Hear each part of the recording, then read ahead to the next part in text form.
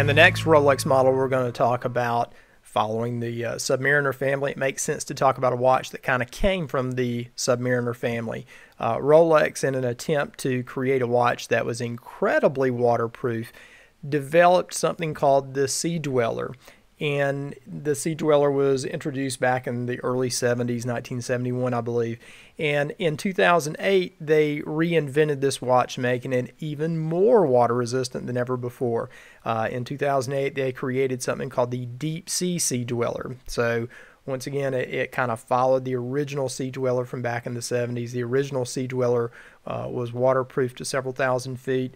In most recent years, it was waterproof to 4,000 feet. And now the Deep Sea Dweller is incredibly water resistant up to 12,800 feet or 3,900 meters. Now that's what's written on the dial, and that's what Rolex will tell you the watch is actually pressure proof too. But in testing done on the watch, it's understood the watch can actually go to pressures of 17,000 feet or greater. So even though it's guaranteed up to almost 13,000 feet, if you decide you want to go to 17,000 feet, you're probably very safe with that watch wearing it. Amazingly enough, most people who actually do any diving rarely go deeper than 100 feet.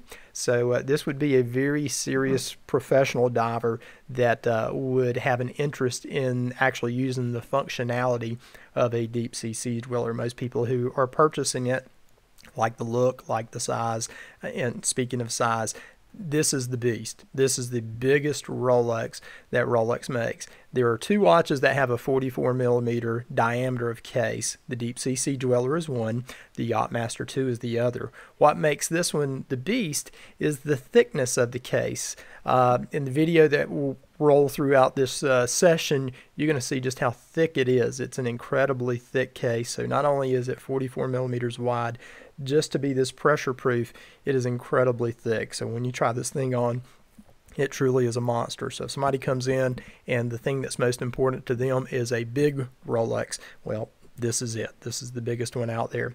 It is equipped with the ceramic bezel, coming out in 2008. This was once again one of the early models with the ceramic bezel on it, which should be represented as virtually scratch resistant. It also has what they call a ring lock system.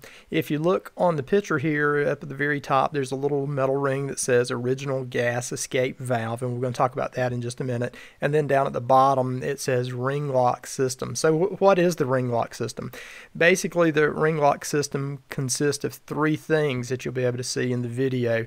First of all, the sapphire crystal on the watch is curved. It is truly a curved sapphire crystal that is used exclusively on this particular model.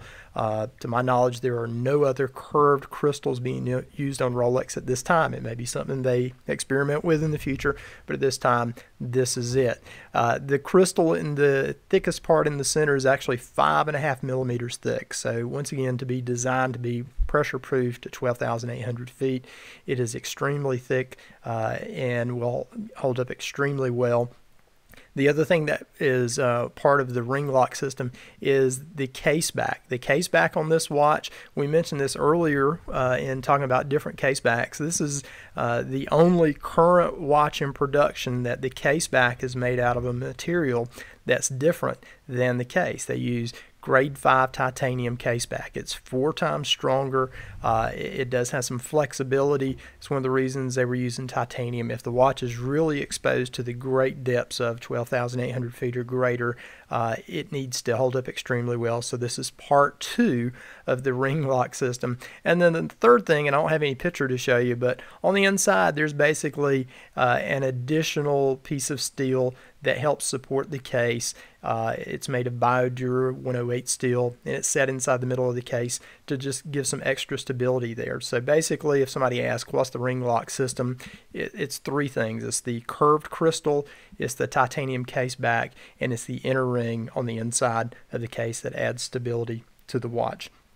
As mentioned earlier, there is a helium gas release valve. This is the only Rolex that has this particular feature. So what is it and what's the use of it? Basically, it provides functionality for professional divers that are operating at really great depths for a long time. If you're a professional diver, when you start down, often you're going to be working in a diving bell for a while, and at that time, you're going to be breathing in a mixture of different types of gases like helium and hydrogen. And since helium atoms are the smallest natural gas particles found in nature, these atoms can sometimes work their way inside the watch. And while you're diving, that's okay because there's so much pressure, it keeps these atoms small. But as you start to come up from those great depths and the pressure gets less and less, these atoms begin to expand. And if you don't have a way of releasing that pressure, basically it could blow the crystal off the front of the watch because the pressure's got to go somewhere.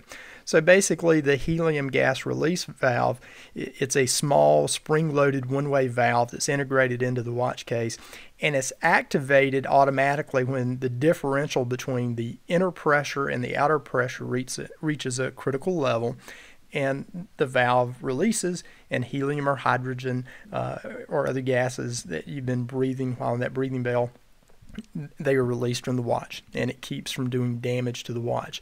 It is automatic. There's nothing that the diver has to do. You don't push a button or anything, but it is there. It's on the side of the watch, and just a really neat feature. Once again, I don't know too many people that would ever use this feature, but there it is, ready to be used if somebody is a serious deep diver. It has a caliber 3135 movement with a parachrome hairspring. Now, why did I mention this? The 3135 caliber movement is a movement that's used actually in a lot of different Rolex watches. The Datejust actually uses the 3135, but it doesn't have the parachrome hairspring in it. So this was the first watch that they actually used the 3135 engine, which is really a workhorse engine for Rolex, but they did use it with the parachrome hairspring, so that's a first for them. And it also has, we mentioned this when we were talking about clasp, the glide lock clasp. Back when they introduced this watch, it was the very first watch that had what I called kind of a self-adjusting clasp. It was really a very industrial-looking adjustment where the wearer could adjust this watch to be looser or tighter without having to bring it to the dealer. You flip the clasp up, or the buckle part up, and the clasp would slide forward or backward, making it tighter or looser. And it was the very first watch that they tried this on. It was a big hit. Everybody liked the way it looked and the functionality of it. So once again, if somebody's looking for a really big watch or something that's extremely water resistant, waterproof, there is nothing better from Rolex than the Deep Sea Sea Dweller. It is certainly a beast. It's a great looking watch, and your customers are going to love it.